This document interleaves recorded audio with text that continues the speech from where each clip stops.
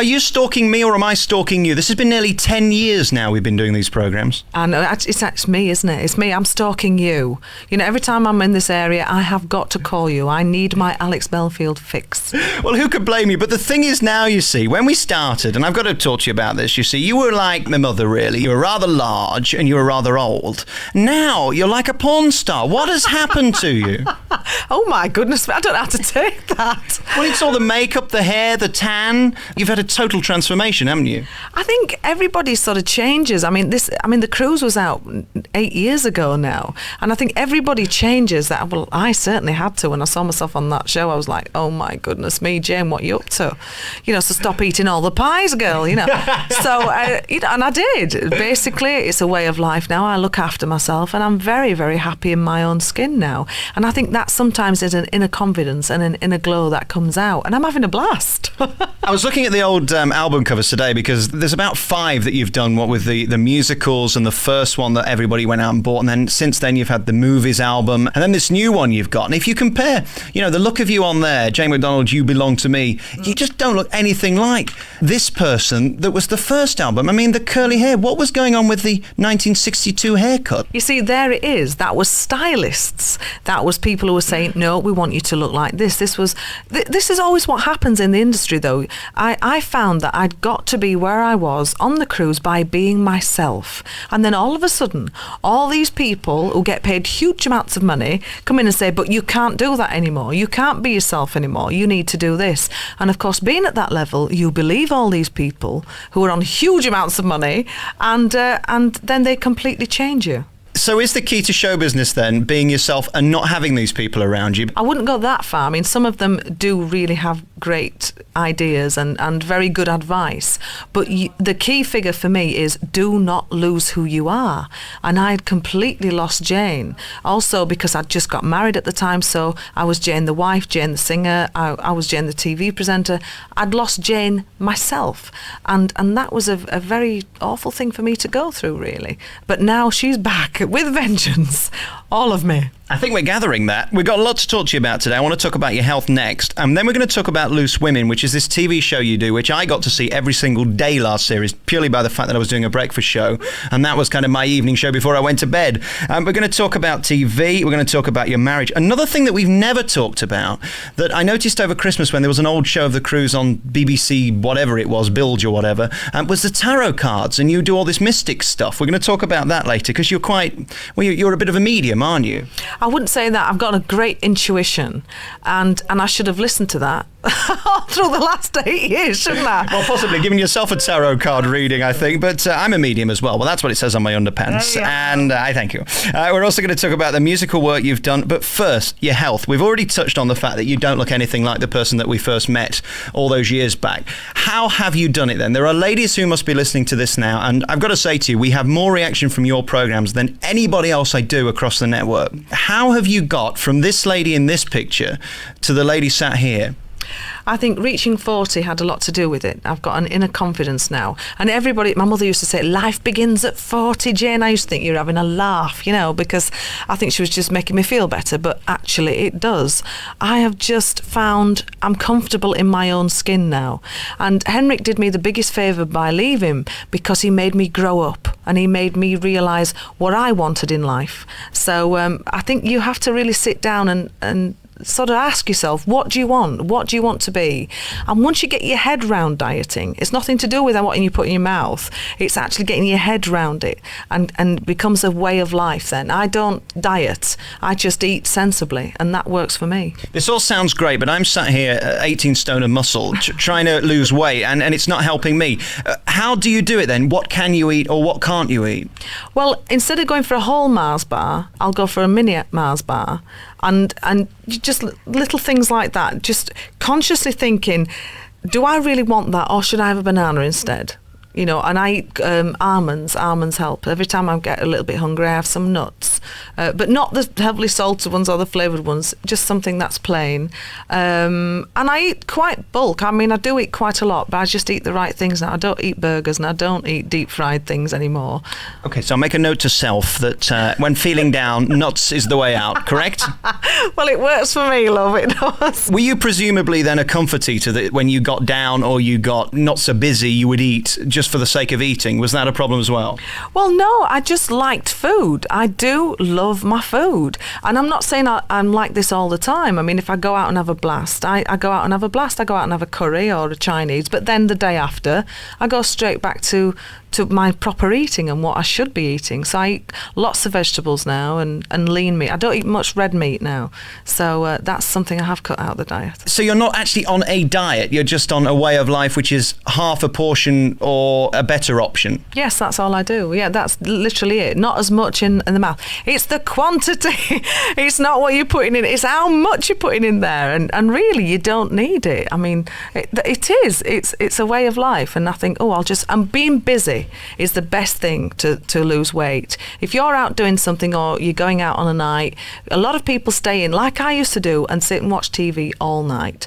Put your video on and go out, because then you don't eat. You can go out and have a few drinks, come back in, and then watch it if you want. But that is a big no-no. Boredom is a big no-no. You see, I'm the same. When I'm not talking to you, you see, I'm sat here eating Big Macs because I'm not busy, so that's right. Are you in a gym? Do you do exercise, or is this just eating? No, I try and swim as much as I can. I'm not very good on a treadmill. I'm not very fit. But if I can, I'll go and have a swim sometimes, and that just tones me up, because now I have lost the weight. I don't really need to go on and run for 15 miles like a lot of people do, but I just need to tone. So I'm quite toned now, and that's because I just go on an odd swim now and again. Don't wish to be rude, but in those early days of dieting, was it all a bit saggy? Was it all a bit flobby? And was it all kind of down on your ankles? Oh, everything was south, love. It was not a happy sight. There's no wonder it took off, really. In fact, I wish you could see me now, because it'd be back like a flash. But then, of course, I've gone on to younger men since that, you see, so it wouldn't be welcome. Absolutely. I mean, you know, these days, I mean, how old is your new man? 18, 19? Oh, gosh, no. I never go to someone that I could have given birth to, darling.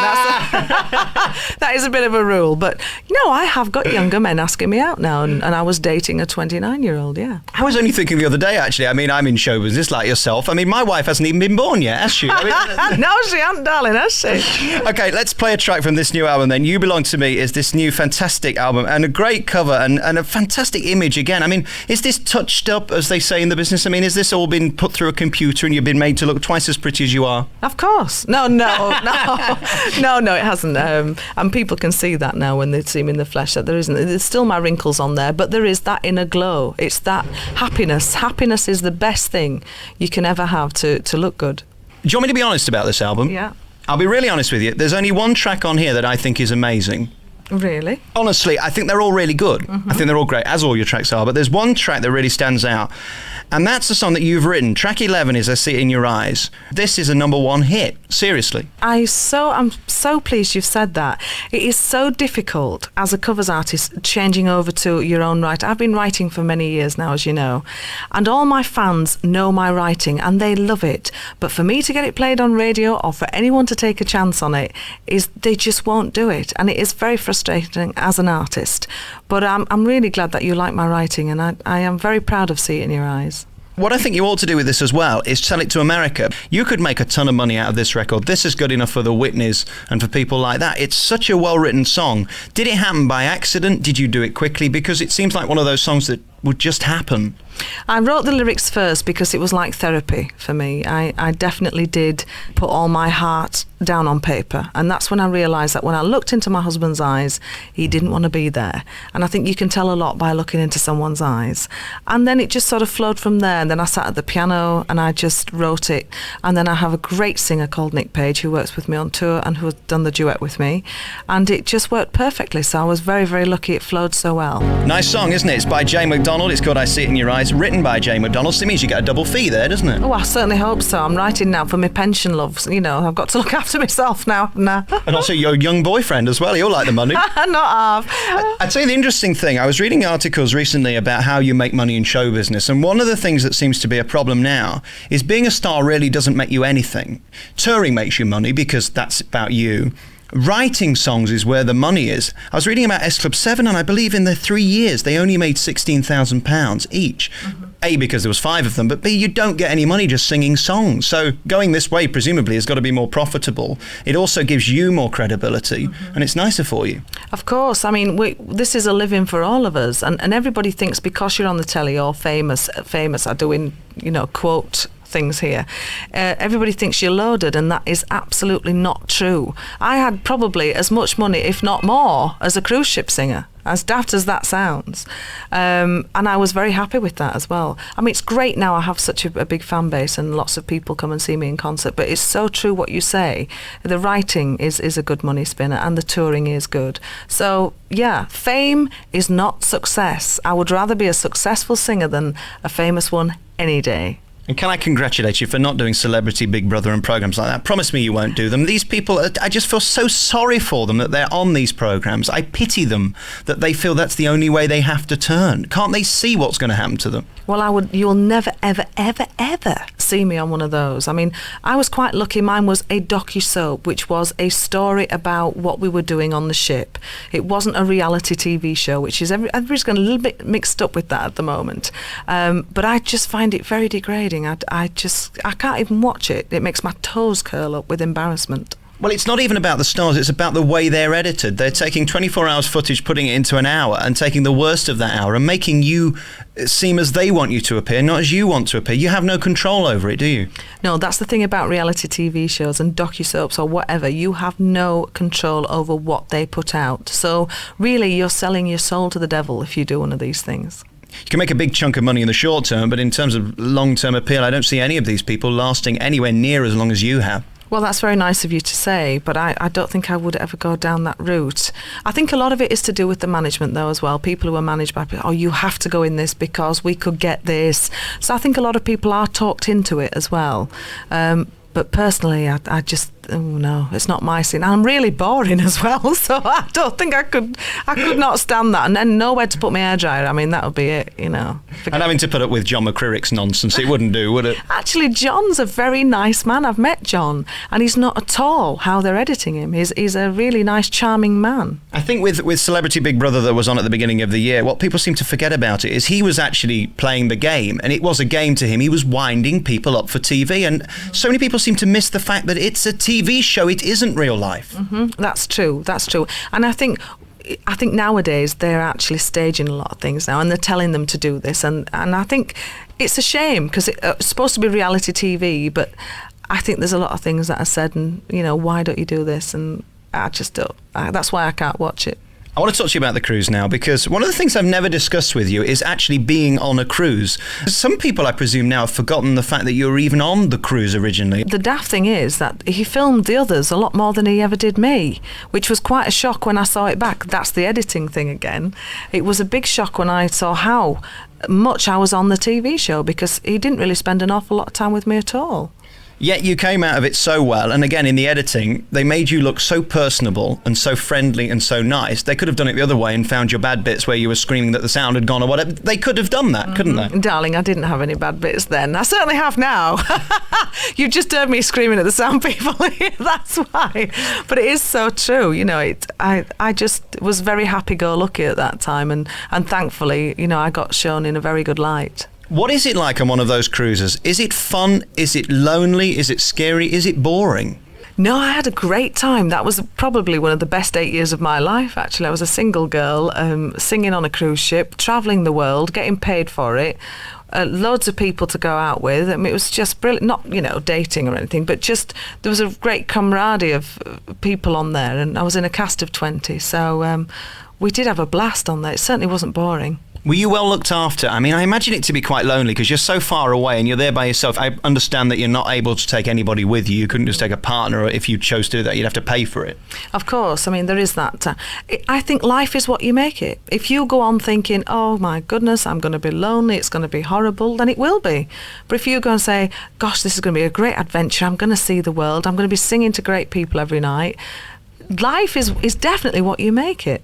How hard was it in terms of the work? I mean, were you doing one show a day too? How hard was it? I was doing 10 shows a week, which was 2 shows a day for 5 days. We had 2 days off, which was marvellous because we could drink then. But I didn't find it hard work at all. And it's funny because when I've said I'm going to do a 45-day tour, everybody's going, oh my goodness, she's doing a 45-day. And I think, gosh, yeah, but I did this for like 10 months at a time. The trouble is now I'm a little bit older, so everything's a little bit more warm. But it's so funny because I mean, the clubs and the cruise ships really are good groundwork. So that's why I can go on and do this now. How difficult are the audiences? Because I believe on those cruises they have to fill in a document at the end saying how good you were. How nervous were you then that they might just not like you? Well, of course, you always have to learn to take the knocks, and the clubs did that for me. I mean, when you do the clubs for 15 years, you realise that not everybody's going to like who you are and what you do. And those are the knocks that you have to take. Unfortunately, the shipping line that I worked with, if you got 3 pours every week running, then you were out. And there was no questions asked. Thank you very much. You're gone. So you had to be really good to work on a cruise ship.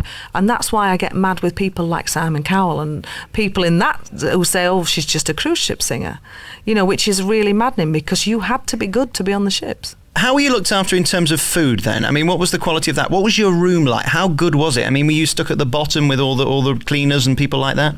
No, we had good cabins. I mean, obviously, 8 years working on a ship, I worked my way up because I'm a bit cheeky and said, no, I'm not coming back unless I get a window. But yeah, you're down in the crew area. I mean, we have got, but it's great down there because you can wear your jeans, you can be yourself. There's a bar where we all go. So we actually didn't mind that because that was like our little area.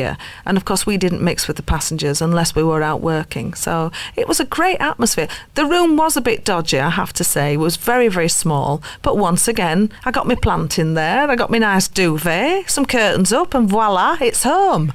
You're down in the dumps when you're asking for a window as your big pleasure, don't you? No. Oh, and life changed. If only you were asking for a window today. Oh, I know, that would be marvellous. But it's true because it's funny because sometimes you do think, what do you need? Do I really need a big house? Do I really need 5 bedrooms? No, you don't, because I was happy for 8 years in a little bedsit, really. Okay, let's take another track from this album then. You Belong to Me is the new album where you're looking absolutely fabulous. Even the arms, there's no saggy arms. I don't like those flappy arms things that some people have, when they lose weight and they don't work out. It's not good, is it? No, it's not. I've toned up, darling. That's swimming for you. This swimming thing, the only thing that would worry about that, you being a star and all, don't people come up and start, looking at you and analysing, you've got cellulite, not got cellulite? Actually, I haven't got cellulite, you'll be pleased to know. Do you want me to whip my trousers off while I'm here? Well, I mean, you can. This isn't TV. I mean, it wouldn't really work. But, I mean, people must look at you and go, that's Jay McDonald. Well, actually, when I've got my goggles on and my hat, it's not a pretty sight. And I do tend to swim quite fast, so I'm off. I get in my lane and I'm off. But of course, in the changing rooms, it does take me an hour to get out. But, they're all lovely, so you don't mind. I don't mind people saying hello. Okay, let's go back to the album then. What is your favourite song on this album? Give Me Time is just one of those big standards and big belters that I love doing. And as we've said many times before, you are the lady with the big gob in show business, and we love you for it. You can get those loud notes louder than anybody else, can't you? I have got a big gob, yes, I have. But, that's just the way I am, and I'll always be gobbing. There you go. It's a nice song. It's called Give Me Time. It's from Jay McDonald's new album, You Belong to Me. Lots of things I want to talk to you about on the show today, and we've discussed things over the years about your life and how you've changed. We're going to talk about your new life now and your new partner and everything like that in a moment. But first, let's just talk about Loose Women that you've done. And I was saying to you before we started talking that I would never do that program because it is live and they can't edit anything out. So if you say something that's either A, controversial, B, wrong, or C, just offensive by mistake, which we all say from time to time, if it's a slow press day, the newspapers are going to take that and blow it up and make a big thing out of it. You must be quite nervous that every word you say is being taken down and written and used in evidence against you. Well, yeah, I mean, I've said a few things that I thought, oof, I shouldn't have said that. But then again, we are very fiery women on that panel, and that's why we're on that panel, because we do have an opinion about things, and we all have different opinions. And I have learned an awful lot with being on that show, and I've got much more a journalistic mind now. I actually read the papers cover to cover now because I have to know what I'm talking about when I'm on the show. But I'm very much the traditionalist. I'm very much the northern bird in that chair. And I have got very old-fashioned values, and I think that's why I'm there. I always bring the old-fashioned bit to it. But yes, you do have to be very, very careful. It's very, very easy to say something in temper, or, that you totally disagree with somebody else, and you have to be careful. Because they are looking to wind you up on that programme. What they want is the clip for the promo where you're screaming at each other and telling each other you're wrong. I mean, that's what they're trying to do on that show, isn't it? It is almost a female Jerry Springer-style programme. Yeah, it's four girls just having a chat over a cup of tea, really. But when women are talking, we do get very, very irate, especially when it's about men, funny enough. But no, I think, people are tuning in because it is four different points of view, and some of us are older, some of us are younger, so we've got all different points of view from different age groups as well. You see, I'm like you. I call a spade a spade. If I don't agree with something, I'll say it, whether it makes me popular or not. And it doesn't always make you popular. In fact, often it just gets you shouted down, as is the case often with that dreadful Griffin woman, or who used to be married to Chris Evans. She has such ridiculous ideas because she's a Londoner. I think she's just a real character, is Carol. And funny enough, most women agree with her. She's the one that comes out with the total controversial, and you think, I can't believe she's just said that. But in general, most people agree with her, but people daren't say it, and that's why she's so popular on the show. That's the interesting thing about that programme, isn't it? It's about the taboos and who's willing to admit what we're all thinking. And often we go along with things just because we feel we ought to, when we actually don't agree with it, but it's just easier. Yeah, I think a lot of us in this country, we are like sheep. We tend to just follow what we should do, and then it's behind closed doors, isn't it, where we think, well, actually, I don't agree with that, and I think this is wrong. and that show, Loose Women, does tend to bring that out in all of us. Were you nervous taking that job because it is live, and as I say, everything you're saying is going out and across the TV, it's unedited, so you can't make yourself look better or worse, it's just as it is. I mean, was that a risk for you? Did you ever think, no, this isn't the gig for me, or did you know immediately that was the forum for people to know that you just say what you think? No, the first 3 or 4 episodes, I thought, this is definitely not for me. And then And then they said, you have to talk a lot more, because I was very quiet and very shocked about what people were saying. I thought, I can't join in this. I'm Janie. I don't say things like this. And then somebody said something one day, and I just went off on one. And the producer came through my ear and says, that's what we want. You arguing with that, because I do have a very, as I said, northern opinion about things. Are there some people who go on there, though, just to be outrageous? I watch it sometimes and I think, I wonder whether you've just said that to get people wound up, or do you think most people are actually believing what they say? No, we do. We cover so many topics on that show, and if two of us, if we all agree, we don't discuss it. So we always have to have a debate, and believe me, it's been it's been very intriguing watching all of us on that, because we all are so different. Are you going to be on it next season? Yes, I think I am. Yeah, I've liked my chair now. I've got into that chair, and I quite like it. Yeah, being a woman of a certain age, I've got a bit more of a shout now.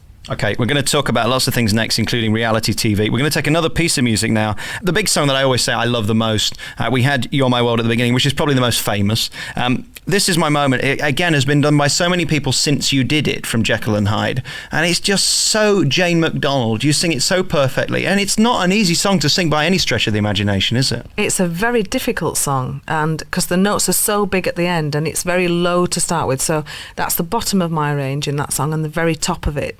So I have to be in fine voice when I'm singing that one, I can tell you. Okay, let's hear it now. This Is My Moment. We're here today for an exclusive hour-long programme with Jane McDonald, talking about a new album. It's called You Belong to Me. It's a great album. This is from your Inspiration album. You've had 5 now, including the musicals one, haven't you? I mean, did you ever dream that you would even release 1 album, let alone 5? Oh, gosh, yes, love. No, I didn't. I would like to think, I would always like to have recorded music, and I did sort of record I was a session singer many years ago, but to have 5 of my own albums out is just a dream come true, isn't it? We're back with Jay McDonald. Fantastic song. You won't beat that. This is my moment. Still to come, we're going to talk to her about Henrick and find out what really happened there. First of all, something that I noticed on the cruise this time was that you're into tarot cards and things like that. Now, A, where did that start? How did you find out that you were into that? And B, have you got them with you? Can you do them now? Are you getting anything from me? I'm always getting something from you, baby. I really am. I haven't done anything like that for years, actually. It was because I had lots of time on the ship. You know, I did take them out. Somebody bought them for me because you're not supposed to buy your own tarot cards. And my grandmother was a great psychic. She was fantastic. And my mother's always been very interested in it. And my best friend, he's a psychic, Steve Holbrook. So I go and see him quite a lot. So I've always sort of been brought up with it, if you like. And then my grandmother said, oh, she's definitely got it. It skipped a generation and come through to me. So yes, I wouldn't say I'm very psychic, but I am very intuitive. So I just seem to know things, and oh yes, I know what you're thinking right now. Are you? And will I? Probably you will. Well, there you go. I never thought I'd get that answer. So what are you thinking now? Are you thinking what I'm thinking, or would it have to be on the cards, or would you have to read my tea leaves, or what is it? No, I think you have to be in that. I mean, a lot of things on TV now are coming out, and there's lots of films now with all this in. I think people have just got a real big interest in it now, and it's acceptable. Whereas it never used to be before. It's just something that you get. It can be in a dream. Well, for me, I get a lot of it through dream form. And the songwriting, I sometimes think, where did that come from? Because I couldn't have thought of that. So I sometimes think I get a little bit of inspiration there. But without sounding like one of your panel members on Loose Women, isn't it just a load of hocus pocus? It's you thinking what you're thinking, and it just happens to come true, and you remember that bit, and the stuff that you've said that is wrong, you forget. I mean, there's so many people on the telly who are just fraudsters, and they will admit privately they are, but they're just cashing in on it. There are many, many fraudsters, and that's been the downfall of the people in the spiritualist and psychic movement, which is a great shame, because there is a lot of very, very talented people out there, talented in the way that they can communicate, you know, and I've had too much proof not to believe, and that gives me great comfort knowing there's something else after we go from here. I want to see the people that I've lost and I've loved, and if that gives me comfort, then that's fine. Absolutely, and it's all about your own belief, isn't it? If you believe it's true and it does you good, and I think that self-fulfilling prophecy and that positive thinking is partly how you get yourself to lose weight and all that kind of stuff, aside from seeing in the future and seeing those who have passed on. Mm-hmm. Yeah, I totally agree with you. All right, let's move through a few other things. Henrick, I want to put this one to bed now, if you like, so to speak. We started off talking years and years ago where you'd got this guy, you'd met him, everything was fine. Then the next thing you told me you're marrying him, but you're not just marrying him, you're marrying him on national TV. Mm-hmm. Then the next thing I interview you and you're not quite right, and I'm thinking something's gone wrong, and then it's all over. How are you now? Because I've seen you on so many TV shows going, I am the best I've ever been. I feel so wonderful. Everything's brilliant. But are you going to come to me in 2 years and go, you know what, actually, I was miserable. I was just saying that. Are you okay, really? I am. 3 years on, it's taken a long time for me to get over this. Obviously, everybody did follow my romance and my marriage and knew just exactly how I felt about this man. And when, as I said, when you look into someone's eyes and you know they don't want to be with you anymore, why on earth are you going to stay with them? And although it was my destiny, it certainly wasn't his. And I couldn't be that selfless to say, look, or selfish is the word I'm looking for, isn't it? To say, no, I need you here to look after me, because I loved him enough to let him go. And that now has given me great joy. And I do honestly think you can love more than one person. And although Henrick was the love of my life, I'm sure I'm going to meet another one. Was he in love with the act then and not you? I have no idea. I sometimes have sat and questioned it, especially when I was going through the breakup, and I'm thinking, why has he gone? Why has he left me? I felt very sorry for myself, of course I did. And I was very, very down when he'd gone. But I have no idea. I think he just thought, this is not for me anymore. And, you know, he didn't obviously want to be with me. Do you now, looking back on it, think that it was quite malicious that he saw pound signs in your eyes? Do you think he loved you as much as you loved him? I think he did love me probably as much as he possibly could. And he probably loved me more than anyone he had ever had at that time.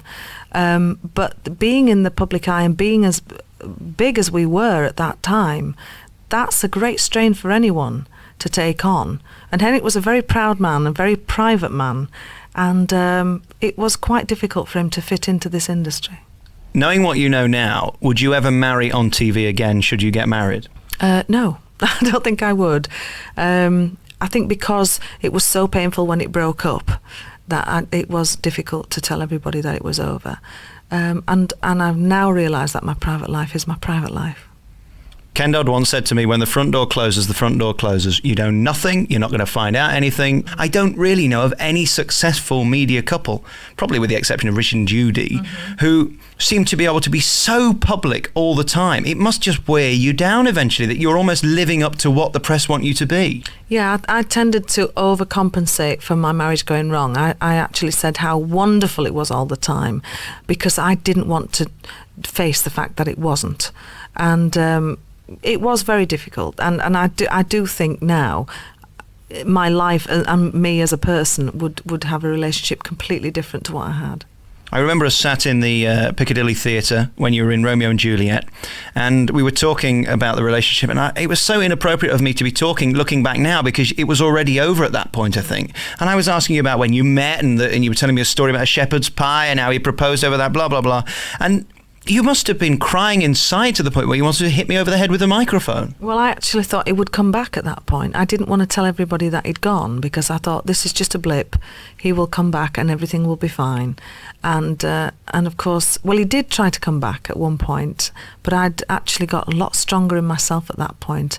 And I thought, well, if he's done it once, he might do it again. He might leave me again. And why am I going to put myself through that complete heartache again? So as much as I loved him, I couldn't do it again. Did you find it then empowering at this point? You can look back and go, I'm a far stronger person. I'd never allow anybody to treat me the way he treated me again. Yeah, of course. Probably I would just be different in myself. I would not be that person to let someone treat me like that. I wasn't strong enough. I should have been a lot stronger in the relationship. And you can't blame it all on one person. It's a two-sided thing, this. And marriages break down for all sorts of reasons. And we had an awful lot of reasons why it broke down. We're back with our remaining moments. And we've talked about your past. We've talked about the cruise and we've talked about Henrick. Well, that's all behind you now. You've got this brand new album out called You Belong to Me. And you've got new love in your life because you're a single girl and you're out dating and you've got yourself a new 14, 18, 16-year-old boyfriend. How old is he? No, he's a great friend of mine. I did have a relationship, a great time with a very young man who just made me feel so wonderful. And after going through a breakup like that and feeling very down, and you do feel like it's over, you think that's it. And then when someone comes into your life and just fills you with such joy, that was the best thing. And now, 3 years on from that, he's a great friend of mine now. Although we're not together, he's out working and off doing his thing, I'm doing my thing. But he's like one of my best friends now, and I will always love the fact that he's been in my life. So is Jane McDonald playing the field then right now? I mean, are you available? Yes, Jane McDonald is dating. I can think of a new show. We should get a TV show with this. Never mind Loose Women, get a date with Jane McDonald. It would get millions of viewers. It certainly wouldn't. But thank you for you lovely you. Well, no, it's true. We've known each other so long, and I'm so glad to see you happy. But, I thought you were, to pardon a phrase, getting a portion, and you're not. Oh, my God, I can't believe you just said that. Well, I have my moments, but I have my moments now when I want to have my moments, and that's fantastic. I'm very in charge of my own life now. Isn't that great? I feel like a Destiny's Child record coming on about empowerment and an independent woman. Absolutely. It's taken a long time for me to be happy in my skin, and I'm very happy there now. Congratulations, you've just done a sellout tour. This new album is just fantastic. It's got so many great tracks on it. Give Me Time, we played earlier. Where the Boys Are by Connie Francis, great song. Kiss Me Honey Honey, that's a great song. What do we end with then? Because we've got a real problem now. I mean, Some You Win, Some You Lose, I think is another one of your classic songs, also written by you as well, just out of coincidence. Shall we end with that? Because people love that, don't they? Yes, they do. That's been a favourite. Every tour we've done, we've been inundated saying, please do Some You Win. So I'm really glad people like that. It is a great song, even though I wrote it. Good luck with everything in the future. I know you're going to be as successful now as you're ever going to be, because it would have faded already, wouldn't it, really? I mean, even if we look at X Factor at Christmas, where are they now? The winners have gone already, haven't they? If you look at even people like Gareth Gates and the large girl who won, what was her name? We don't hear about any of these, and you are so successful still. To get people to leave their homes and buy a ticket and come to a theatre is something quite remarkable. And there aren't many people that can do that nowadays, are there? Well, I have been quite lucky. The fan base have been very, very very loyal, and I owe such a lot to my fans. And it's 8 years of hard work. It's 8 years of tirelessly going out there and doing the job.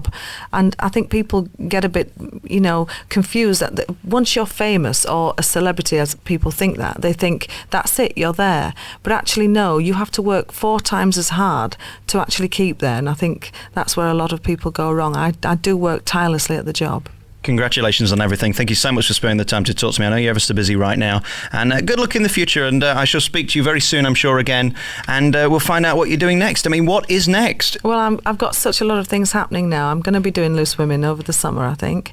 But I've also got interest from Europe now, and America's beckoning again. I'm in talks for 2 new TV shows, which I'm going into the production side now and the creative side, which is what I've always wanted to do. So it's like the world's my oyster, and I'm really looking forward to it. The West End's thriving again at the minute. Can we see you back there in the near future? I would love to do that again. I had a great time working in Romeo and Juliet. So if the right part comes along, then yes, I would definitely go for it. If anybody's got the right part for Jane McDonald, they should write in. Is that the case? Yes, absolutely.